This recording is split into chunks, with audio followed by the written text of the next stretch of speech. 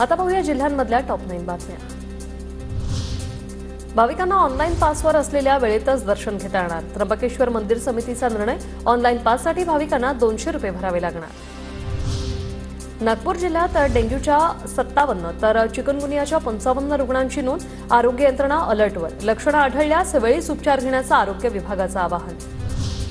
गुरुपौर्णिमा उत्सवात साईबाबांना 6.25 कोटींची गुरुदक्षिणा, 8 लाखांचं सोनं, 2,70,000ची चांदीही भाविकांकडून दान। आषाढी यात्रेत चुकलेल्या 1400 भाविकांना नातेवाईकांच्या स्वाधीन करण्यात पोलिसांना यश।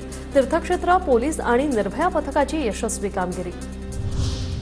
वाशिमच्या मनोरामधील दापोरा खुर्द गावात स्मशानभूमी नाही, स्मशानभूमी अभावी ताडपत्री टाकून अंत्यसंस्कार करण्याची वेळ। धाराशिवमध्ये बस स्थानकाची दयनीय अवस्था, मुसळधार पावसामुळे बस स्थानकात पाणी साचलं, प्रवाशांना नाहक त्रास। सांगलीत पावसाचा हाहाकार, पलुशा औदुंबरमधील दत्त मंदिराच्या गाभाऱ्यात पाणी शिरलं, भाविकांना मंदिराकडे जाण्यास बंदी, तर नदीकाठच्या गावांना सतर्कतेचा इशारा।